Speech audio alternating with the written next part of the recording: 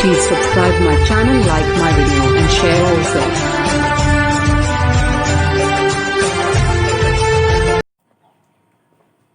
Hello दोस्तों, नमस्कार। मैं राहुल मौर्य स्वागत करते हैं अपने YouTube channel tricky math sir में राहुल सर में।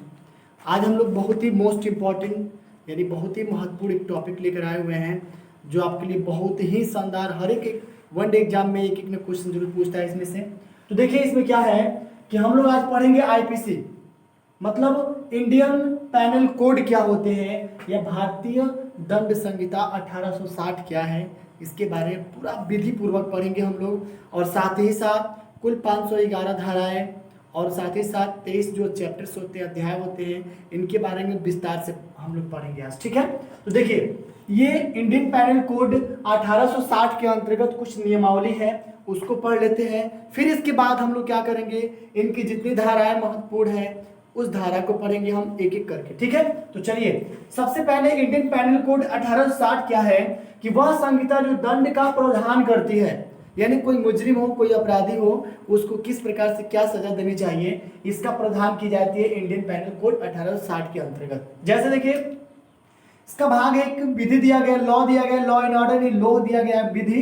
इसमें यह है कि वे नियम या दायित्व जो समाज को नियंत्रित एवं नियमित करने का कार्य करता है, यह आपका एक विधि होता है। आप जानते भी हैं कि विधि क्या होती है, किसी चीज को सुचारू रूप से चलाने के लिए नियमित या नियंत्रित करना ही विधि होता है।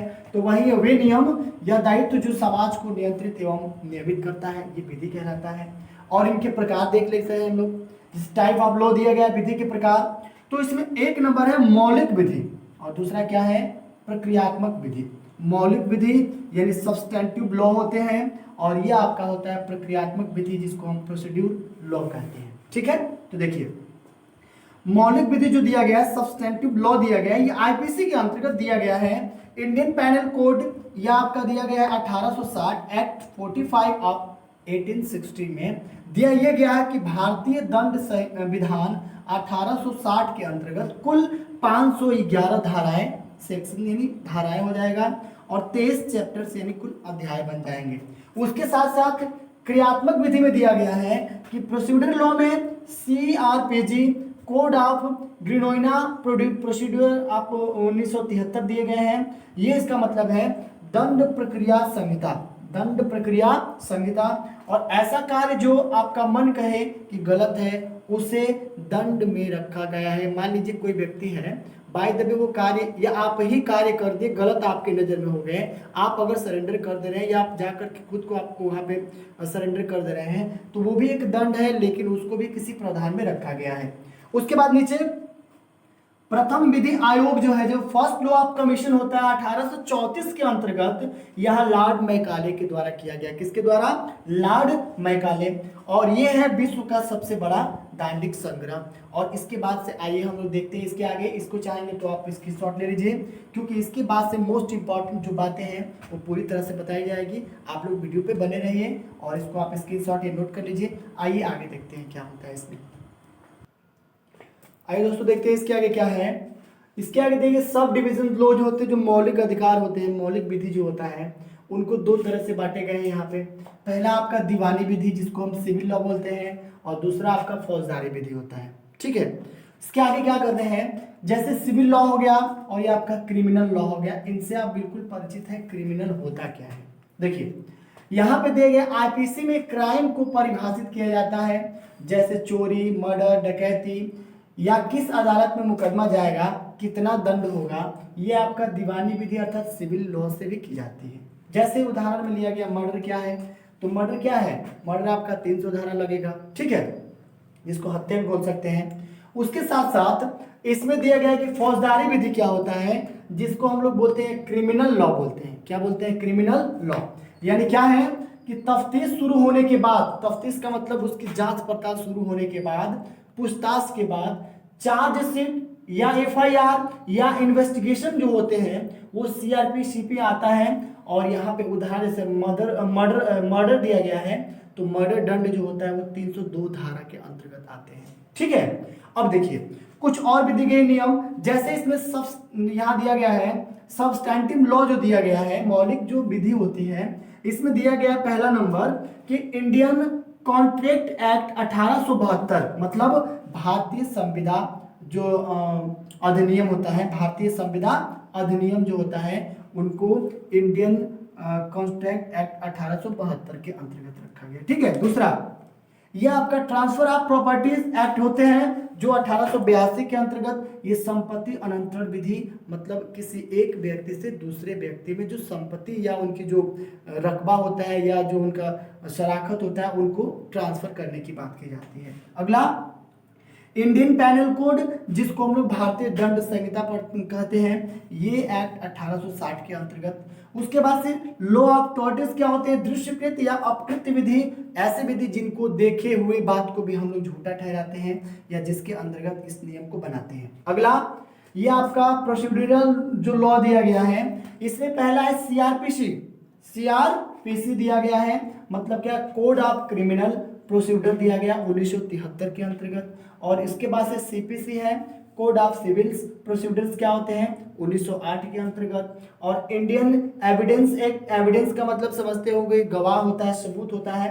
ठीक है, विटनेस गवाह, इसका मतलब सबूत होता है जिसको साक्ष्य बोलते हैं।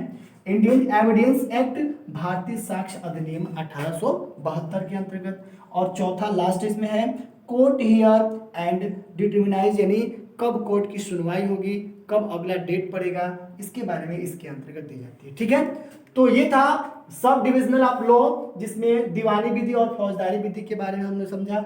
आइए इसके बाद जो सेक्शन होते हैं, जो महत्वपूर्ण धाराएं होती हैं, उनके बारे में देखते हैं।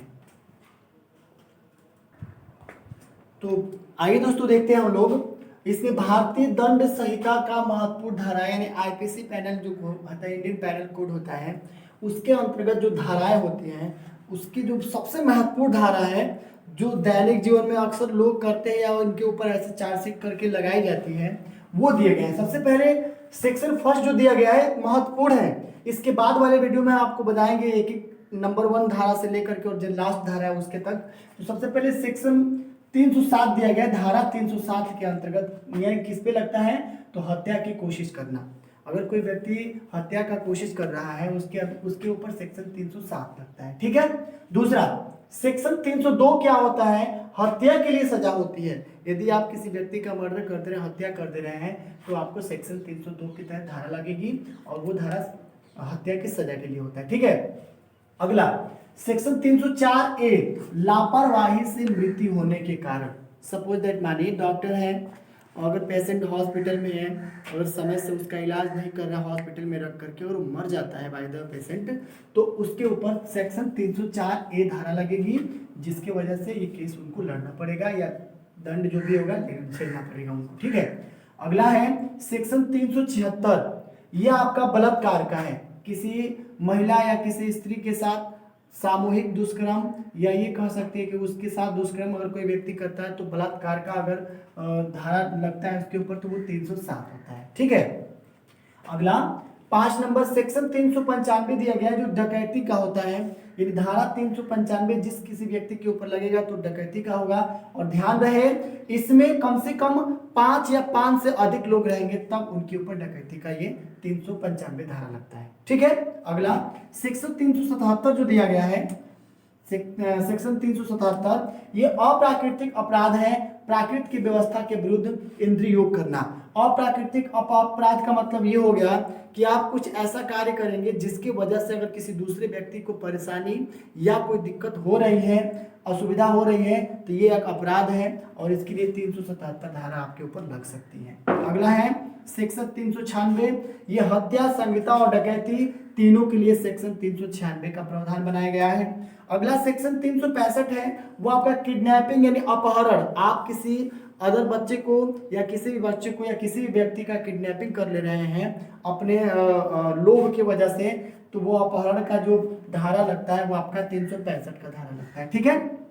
अगला सेक्शन 201 दिया गया है जो अपराधी पर झूठी जानकारी देना, मतलब ये कि हम जानते हैं कि फला आदमी एक अपराध है, उनके द्वारा मर्डर की गई या वो चोरी किए हैं, लेकिन फिर भी उस धारा या उस व्यक्ति के उस कर्म को छुपा रहे हैं, उस कंडीशन में आपके ऊपर जो व्यक्ति झूठी जानकारी दे रहा है उसके ऊपर धारा 201 लग सकता है। ठीक है। अगला है सेक्शन 34, इसमें सामान्य आशय को अग्रसर करने में कई व्यक्तियों के द्वारा किया गया कार्य। सामान्य आशय मतलब हमने आशा लगा लिया कि ये कार्य होगा, झूठ ऐसे बता करके कि ये कार्य होने वाला है, अगर नहीं हो रहा है तो उसके ऊपर हम धारा 334 लगा सकते हैं। सेक्शन 141 की विधि विरुद्ध जमाव, जैसे मान लीजिए अगर कहीं 144 धारा लग गया है, अगर उस 144 धारा के अंतर्गत आप उस नियम का पालन नहीं करते हैं और वहां पे 2 या 3 व्यक्ति से अत्यधिक लोगों का जमावड़ा खड़ा कर दे रहे हैं, इकट्ठा हो जा रहे हैं लोग, उस कंडीशन में आपके ऊपर 141 धारा लग सकती है। अगला सेक्शन 412, संपत्ति को बेईमानी से प्राप्त करना। अगर किसी दूसरे व्यक्ति की संपत्ति है, उस संपत्ति को हथिया लेना, मतलब अपने आप अपने लिए बेईमानी से उसको अर्जित कर लेना। अगर बाय द वे सरकारी योजना के अंतर्गत बनाई गई होगी तो वो निश्चित रूप से 412 धारा लगेगा और वो संपत्ति को बेईमानी से, किसी दूसरे की संपत्ति को अपने हड़पने या बेईमानी से प्राप्त करने के ऊपर लगता है। अगला धारा 378 चोरी करने का है। आप छोटी सामान हो तब या बड़ी सामान हो तब, अगर उसके विचार के अनुसार या विचार के खिलाफ या उसके ईमान के खिलाफ आप उस व्यक्ति को चुरा लेते हैं, लेके भाग जाते हैं, उस कंडीशन में आपके ऊपर 378 धारा लग सकता है। अगला है सेक्शन 191, ये मिथ्या साध्य देना होता है। मिथ्या का मतलब क्या होता है? झूठी जानकारी के साथ साथ जलन की भावना या एक दूसरे से, पहले व्यक्ति को दूसरे व्यक्ति के अंदर एक जलन की भावना उत्पन्न कराने के लिए मिथ्या साध्य देना होता है। और सेक्शन 309 जो होता है आत्महत्या की कोशिश करना। यदि कोई व्यक्ति ट्रेन से कटने के लिए ट्रेन की लाइन पे सो जाता है, बिजली को पकड़ने की धमकी देता है या फांसी से लटकने का प्रयास करता है, अगर बाय द वे वो व्यक्ति बच जाता है इन सभी चीजों पर, तो उनके ऊपर कानूनी कार्रवाई की जाएगी, जिनके लिए 309 धारा लग सकता है, जो आत्महत्या की कोशिश के लिए होता है। ठीक है, तो इसको आप स्क्रीनशॉट ले लीजिए या नोट कर लीजिए। आइए इसके बाद 16 नंबर से हम लोग शुरू करते हैं फिर से सेक्शन, और क्या आगे है। आइए दोस्तों देखते हैं इसके आगे। इसके आगे 16 नंबर है सेक्शन 310। इसके तहत आपको ठग, यानी ठग आप किसी व्यक्ति से करते हैं, जैसे मान लीजिए दुकान पे गया, पैसा आपको बराबर मिल रहा है लेकिन सामान आप कम देंगे, तो इसका मतलब उसको ठग रहा है, और जब ठगेंगे तो इसके लिए सेक्शन 310 आपके ऊपर लग सकता है। ठीक है, अगला है सेक्शन 312 गर्भपात करना। इसका मतलब ये है कि अगर किसी व्यक्ति मतलब किसी स्त्री को अगर वो प्रेग्नेंट हो जाती है, प्रेग्नेंट होने के दौरान अगर उसकी इच्छा ये है कि हमें बच्चा ये उत्पन्न नहीं करना है, पैदा नहीं करना है, तो वो दवा लेकर के उस बच्चे को क्या कर देती है? नष्ट कर देती है या उसका गर्भपात करवा लेती है, जिसके वजह से उनके ऊपर धारा 312 लग सकता है। यानी ये एक तौर से कह सकते हैं कि वो उस व्यक्ति या उस बच्चे का क्या की हत्या की है, तो उसके दौरान भी 312 धारा लग सकता है। यानी गर्भपात करने पर किसी स्त्री द्वारा 312 सेक्शन 312 धारा लग सकता है। ठीक है, अगला सेक्शन 351 क्या है? हमला करना। यानी कोई व्यक्ति है, उसके ऊपर जबरदस्ती आप किसी हथियार, असला या फिर बंदूक लेकर के डायरेक्टली उसके ऊपर हमला करते हैं, तो इनके लिए आपके ऊपर धारा 351 लग सकता है। ठीक है, अगला सेक्शन 354 के अंतर्गत स्त्री की लज्जा भंग करना। लज्जा भंग करने का मतलब ये बेइज्जती करना। अगर कोई स्त्री यहाँ पे खड़ी है पूरी समाज में, उस समाज में मतलब दुरुपयोग अर्थात दुर्व्यवहार उसके साथ करना या कुछ ऐसी अश्लील बात करना जिनकी वजह से उनकी लज्जा के प्रति ठेस पहुंचती है, तो इनके लिए आपके ऊपर धारा 354 लग सकता है। ठीक है, अगला सेक्शन 362 के तहत अपहरण करना। और ये अपहरण कौन सा अपहरण है? जो कम से कम 2 या 3 व्यक्ति के द्वारा किसी व्यक्ति, किसी पुरुष, किसी महिला, किसी व्यक्ति का किडनैपिंग की जाती है। कम से कम 3 या 4 व्यक्ति होंगे इसमें। ठीक है, इनके लिए धारा 362 लगेगा। अगला सेक्शन 415 के अंदर छल करना। यदि आप किसी व्यक्ति से छल करते हैं, छल करने का मतलब हमें पता है या उस व्यक्ति को पता है कि वहां पे शेर है, फिर भी वो व्यक्ति कहे कि चलिए आप चलिए हम पीछे से आ रहे हैं, आप उनको सही जानकारी नहीं देंगे, वो जाएगा उस शेर के द्वारा शिकार बन सकता है। तो आपने क्या किया? उनसे छल किया। या जो होता मतलब ये कि आपको किसी व्यक्ति की ओरिजिनल बात पता है कि वास्तव में वो चोर है, लेकिन आप किसी व्यक्ति को उनका एक साथी बना या मित्र बना देंगे, तो आपने क्या किया? उनसे छल किया, क्योंकि उस व्यक्ति को चोरों के साथ रहना पसंद नहीं था, आपने उन्हें चोर का दोस्त बना दिया, इसलिए आपने उनके साथ छल किया। अगला सेक्शन 445 जो गृह भेदन होता है, गृह भेदन का मतलब क्या होता है? घर का भेद किसी एक घर से दूसरे घर में देना। जो नहीं होता है घर का भेदी लंका ढाहे, मतलब जैसे रामायण में जो विभीषण जी थे वो रावण के हर एक गतिविधि को जानते थे और वो गतिविधि क्या किए थे? भगवान रामचंद्र जी को बता दिए, जिसके वजह से धीरे धीरे लंका का क्या हो गया? विनाश हो गया। तो सेक्शन 445 जो होता है गृह भेदन होता है, मतलब एक घर की बात दूसरे घर में क्या करना? पहुंचाना या बताना, गृह भेदन होता है। इसके तहत आपको 445 नंबर की धारा लगेगी और सजा मिल जाएगी आपको। ठीक है, अगला सेक्शन 495 पति या पत्नी के आजीवन जीवन काल में पुनः विवाह करना। बाय द वे, अगर कोई व्यक्ति है, कोई पत्नी है और अपने पति से बिना बताए हुए किसी दूसरे व्यक्ति से शादी कर लेती है तो उनके ऊपर, या पति दोनों के लिए है, पति भी अगर किसी दूसरी स्त्री से शादी कर लेता है, शादी के दौरान मान लीजिए शादी उसकी हुई है और फिर दोबारा से किसी स्त्री से शादी कर लेता है, उनके ऊपर धारा 495 लग सकती है। अगला सेक्शन 499 मानहानि। मानहानि का मतलब ये हो जाएगा कि मान लीजिए कोई व्यक्ति वो कार्य नहीं किया, सपोज दैट मानिए ये कह दिया कि इसने चोरी किया है और वो चोरी नहीं किया है और इसके दौरान उसको कुछ सजाएं मिल गई और बाद में ये मतलब क्लियर हो गया कि नहीं ये व्यक्ति चोरी नहीं किया था, इस वजह पे या इस कारण वजह से वो व्यक्ति आपके ऊपर मानहानि कर सकता है, चाहे वो सरकार ही क्यों ना हो। ठीक है, तो मानहानि यानी किसी भी व्यक्ति की मनोवृत्ति या उनके शारीरिक उपक्रम, या ये कह सकते हैं कि उनके खिलाफ झूठी साजिश रच करके और किसी सजा के पात्र बना दी जाए, फिर बाद में अगर वो व्यक्ति वास्तव में वो काम नहीं किया है तो वो आपके ऊपर मानहानि का केस ठोक सकता है, जो सेक्शन 499 के तहत होता है। अगला ये आपका दिया गया सेक्शन 511 जो आजीवन कारावास के लिए होता है। आप कोई कर्म किए हैं, कोई कांड किए हैं, कोई हत्या किए हैं, कोई कुछ भी किए हैं, अगर आपके ऊपर धारा 300 या 302 नहीं लगता है, अगर आजीवन कारावास की बात आती है तो आजीवन कारावास 511 के तहत आपके ऊपर लग सकता है। अगला सेक्शन 24 जो बेईमानी का है। बेईमानी और ठग में काफी ज्यादा डिफरेंस नहीं है, लेकिन बेईमानी का मतलब होता है कि हिस्सा बराबर हो लेकिन ऐसा लगे कि एक हिस्सा कुछ अधिक और एक हिस्सा कुछ कम है, और जो अधिक हिस्सा है वो दूसरे व्यक्ति से किसी बेईमानी के रूप से अपने अंदर शोषित कर लिया, प्राप्त कर लिया, उसके ऊपर धारा 24 लग सकती है बेईमानी के रूप में। अगला सेक्शन 40 अपराध है, और इस अपराध में आप किसी भी प्रकार का अपराध करेंगे उनके ऊपर सेक्शन 40 धारा 40 लगेगा। सेक्शन 54 दिया गया है मृत्यु दंडादेश का लघुकरण। यदि सरकार द्वारा आपको धारा 300 या 302 के तहत अगर आपके ऊपर लग जाती है धारा और आपको फांसी पर लटकाने की प्राथमिकता या फांसी पर लटकाने का आदेश दे दिया गया है, तो धारा यानी सेक्शन 54 में जाकर के आप उस मृत्यु दंडादेश को कुछ छोटा या कम करवा सकते हैं या माफी की कगार पे पहुंच सकते हैं। ठीक है, और आपको पता है कि अगर किसी व्यक्ति को फांसी की सजा या मृत्यु की सजा दे दी गई है तो अगर उस सजा को कोई माफ कर सकता है तो वो राष्ट्रपति होते हैं, उनके सिवा और कोई व्यक्ति माफ नहीं कर सकता है, क्योंकि राष्ट्रपति जो होते हैं देश के सर्वोच्च नागरिक माने जाते हैं। ठीक है, अगला सेक्शन 55 आजीवन कारावास की लघुकरण। यदि सरकार द्वारा आपको आजीवन कारावास का सजा सुना दी गई है तो उसमें उसको आप सेक्शन 55 के तहत आजीवन कारावास को थोड़ा सा कम करवा सकते हैं। ठीक है, और लास्ट इसमें है सेक्शन 55A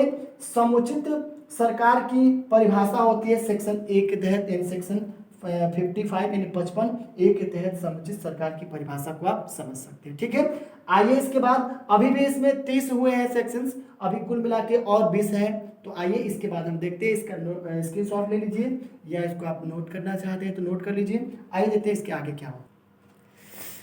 आइए देखते हैं इसके आगे दोस्तों, इसके आगे 31 नंबर यानी सेक्शन 63 क्या होते हैं? ये जुर्माने की रकम होती है। जुर्माने की रकम यानी आप कोई कार्य कर दे रहे हैं, कोई भी काम कर दे रहे हैं, गलत सरकार की नज़र में है, अगर आपके ऊपर जुर्माना लगाई जा रही है तो वो जुर्माना सेक्शन 63 के ऊपर लग रही है। ठीक है, अगला सेक्शन 64 क्या होते हैं? जुर्माना न देने पर कारावास या दंडादेश। अगर आपके ऊपर देखिए इसमें क्या 63 में जुर्माना की रकम हो गई और वही जुर्माने की रकम आप भरपाई नहीं कर पाते हैं तो आपको जेल भेजा जा सकता है, कारावास हो सकता है या फिर दंडादेश या कुछ और भी आदेश की जा सकती है आपके लिए। अगला सेक्शन 82 क्या होता है? 7 वर्ष से कम आयु का बालक कोई कार्य अपराध दे। अगर 7 वर्ष से कम का कोई बालक है, अगर कोई काम कर दे रहा है तो उसके ऊपर किसी प्रकार का कोई अपराध नहीं माना जाएगा।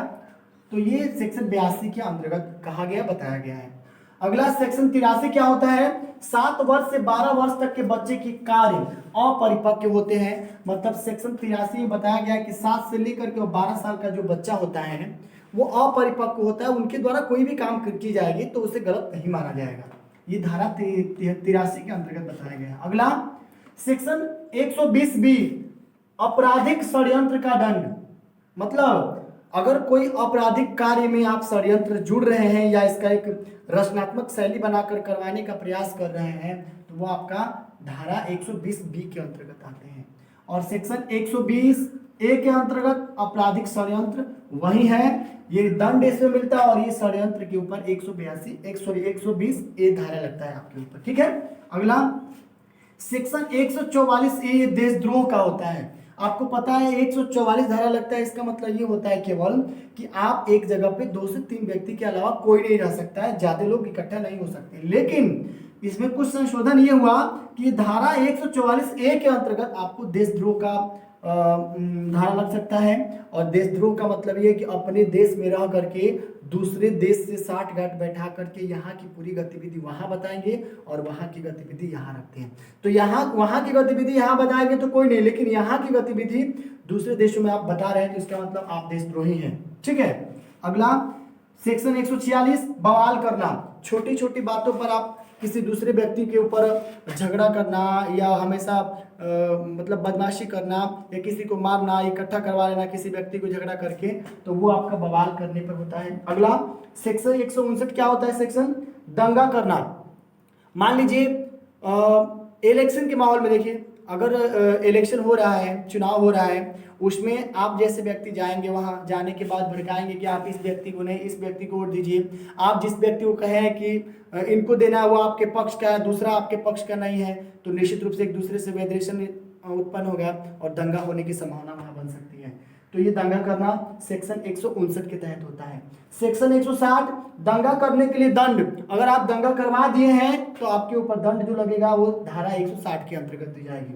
सेक्शन 171B में रिश्वत लेना या देना।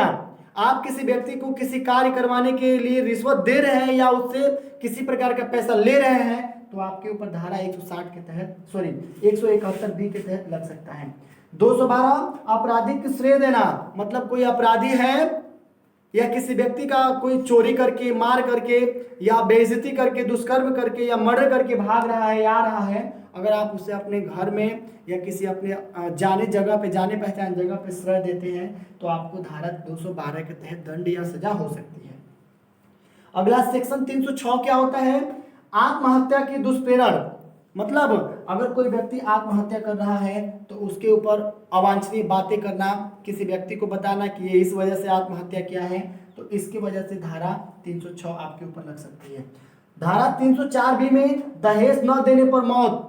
यदि किसी लड़की को शादी के दौरान अगर वो ससुराल जाती है अपने और वहाँ ससुराल वालों द्वारा, ससुराल यानी लड़की के मायके से अगर पैसा दहेज में नहीं मिला है, अगर उसको किसी तरह से मौत की घाट या मौत दे दी जाती है उस परिवार के द्वारा, तो इस तरह से आपके ऊपर धारा 304B लग सकता है। ठीक है। और अगला सेक्शन 498A के तहत दहेज कानून है। इसमें दहेज के प्रति जितने भी व्यवस्थाएं होती हैं वो धारा 498A के तहत बताई गई है। धारा 498A में इसका प्रावधान बनाया गया है। अगला 46 नंबर सेक्शन 349 बल। किसी भी कार्य को बलपूर्वक करवाना ही होता है। बल अर्थात आपके पास बल अधिक है, बलशाली है, तो निश्चित रूप से जैसे हनुमान जी हैं तो आप किसी कार्य को कर सकते हैं। आपके अंदर ज्यादा बल है तो आप किसी व्यक्ति के ऊपर किसी प्रकार का प्रेशर लगाकर, दबाव बना करके अपना काम करा लेंगे। इसका मतलब ये धारा 349 हो जाएगा। ठीक है। अगला सेक्शन 47 क्या है? 47 नंबर सेक्शन 364A क्या है? अपहरण के लिए फिरौती। आप किसी व्यक्ति को, हम फला आदमी को अपहरण कर लेंगे, आप हमें पैसे दीजिए, तो जो पैसा आपको मिलेगा वो फिरौती का रूप होता है। और इस तरह से धारा 364A में इसका भी प्रावधान बनाया गया, क्या सजा क्या दंड मिलेगा आपको।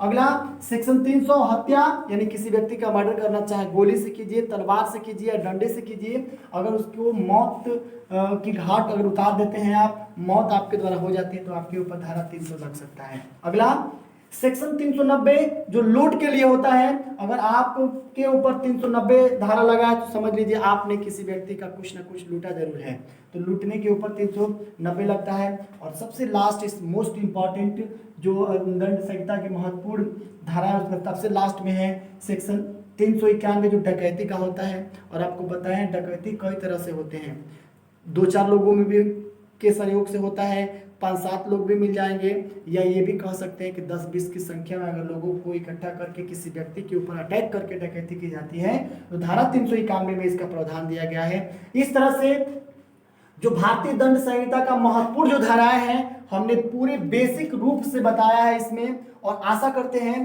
कि ये आपको धाराएं बिल्कुल अच्छी लगी होगी। अगर अच्छी लगी है तो इसको याद भी आप आसानी से कर सकते हैं। तो प्लीज़ मेरा रिक्वेस्ट है कि इसको आप लाइक कीजिए, बिना स्किप किए हुए देखेंगे तो पूरी धारा आपको समझ में आएगी। और ठीक इसके बाद धारा 1 से लेकर के और जितनी धाराएं हैं उन सभी के विस्तार से अगले वीडियो में करेंगे।